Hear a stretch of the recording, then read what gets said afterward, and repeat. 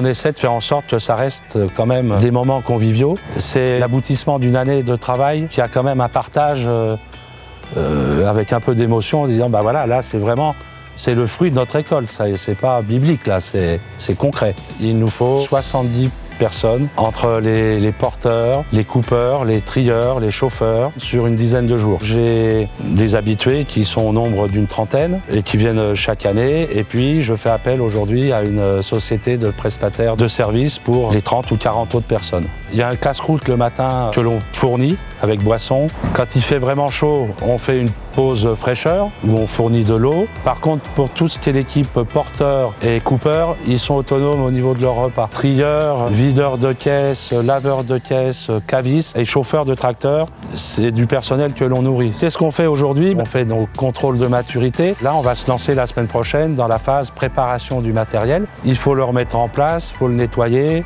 Il vaut mieux régler les problèmes en amont que de régler les choses en urgence. Nous sommes à Beaune, dans une des cuveries de la maison Albert Bichot, et qui est un site à la fois de vinification et à la fois d'élevage. Les vendanges, c'est l'aboutissement d'un travail de nos vignerons et de nos vignerons partenaires, et tout le monde a envie de bien faire.